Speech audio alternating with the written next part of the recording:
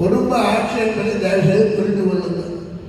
குடும்ப ஆட்சி என்பது அந்த குடும்பத்தில் அப்பா, உள்ள மருமகன், வேற இவர்கள் கட்சியில் இருந்தாலும் தப்பு இல்லை, பண்ண முடியாது. உதாரணத்துக்கு உதயநிதி இருந்தார், திமுகவில் இருக்கிறாரு, எம்எல்ஏவா இருந்தார், என்ன பெரிய மரியாதை இல்லை. எப்போ வந்தது? அவர் பதவி கொடுக்குற போது தான். அவர் துணை முதல்வரை ஆன பிற்பாடு தான் அவருக்கு மரியாதை. இல்லைன்னா யாரும் மொழியாத்தை கூப்பிடுறது இல்லை, வேற ஏதாவது கட்டிடத்தை கூப்பிடுறது இல்லை. ஆகவே கட்சி வேறு, குடும்பம் அதாவது ஆட்சி வேறு. சொல்ல தெரியணும், உங்களுக்கு வியாபாரம் கட்டணும். அது பதினே வச்சுட்டு அவர் கட்சி தலைவராக இருக்கலாம், குடும்பமே கட்சியாக இருக்கலாம்.